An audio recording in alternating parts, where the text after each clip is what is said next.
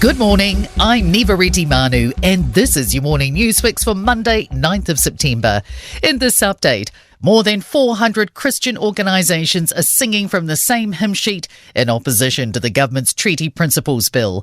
The Prime Minister has agreed to support the bill to the Select Committee stage, but no further. The group has written an open letter to the government asking them to pull it before it gets there.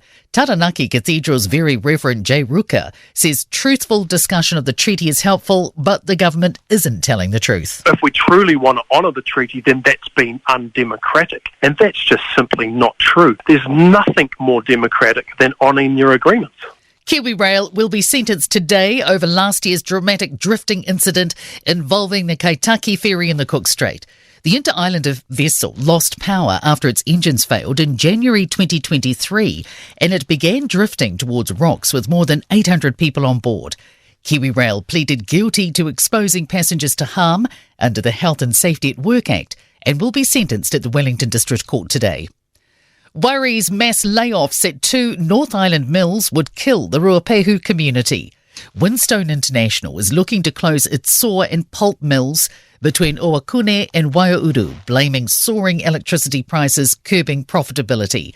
Nearly 300 workers were expected to learn their fate today, but Mayor Weston Curtin understands the meeting has now been delayed until tomorrow afternoon.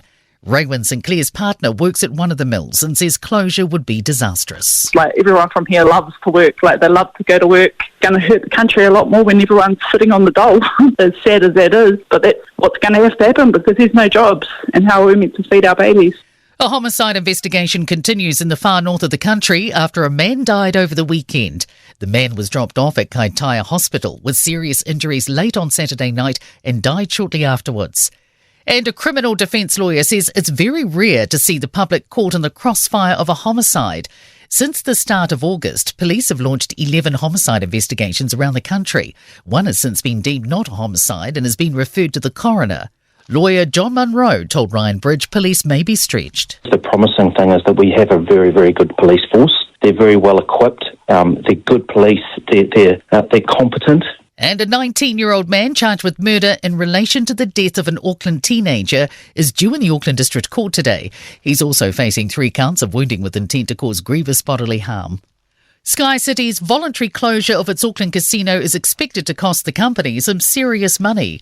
It's been closed since midnight and will remain so until Friday midnight because of a breach of host responsibility.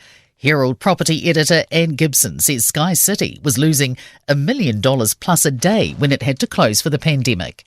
And in sport, the NRL League's top 8 has been found. In the first week of finals, the Panthers host the Roosters. Minor premiers, the Storm play the Sharks, the Cowboys meet the Knights, and the Bulldogs face the Sea Eagles.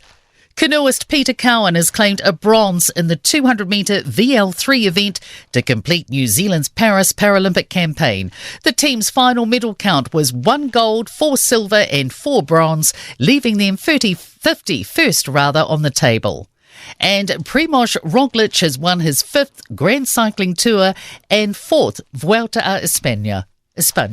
I'm Nivareti Manu. That's your latest news fix. We'll be back with the next update at midday from the Newstalk ZB newsroom.